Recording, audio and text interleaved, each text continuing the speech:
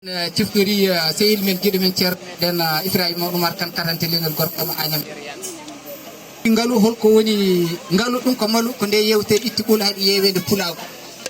nde yewtere sono doga yiiɗa yonde yewdu kala yewtere ɓennude sago ma ko yo fawtu won keblowo ganda joom faamu mo sawto belɗo ne jumri sawto mum ko abbere awdi yewtere nde no waɗi lowdi ngalu yewtere ɓamtare ndema gaynaka e cippal pulago darniɓe pinal e jagorɗe laamu ngoni fo heeɓi faamu kono mbiɗen hammeli denam dagorɗe pulago joɗiniɗi pulago to laamu yo gacce haala yo ngullu balla pulago hammeli wasiyinum jibinande teeri mawno e teeru fulde ñiiƴe mon ko loru batti gadde mburu mbi keɗata ko nder heɗotoɓe musique ñantorto caya elat bakki nefal so ndi pulla tan jalat ɓiɓɓe fulɓe hersiɓe pulago ñaaƴiri jolfago nanguɓe ndimago gossi mosugago ɓiɓɓe fulɓe hersiɓe tubakago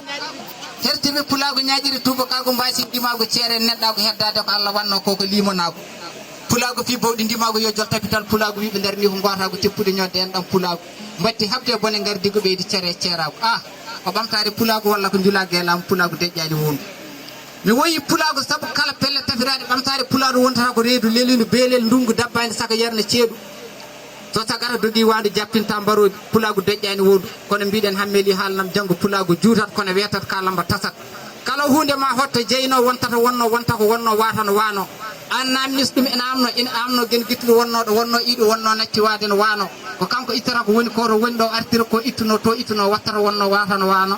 saabu ko Allah tan woodi woni ko jonni ko joga ko woni ko woda ko kanko heddoto wonde to wonno mo jonni jogo mo duñi jooɗo en ñaagui moma fabare nde wattata pulage e jappere mbiɗen jomam hata soyni yakare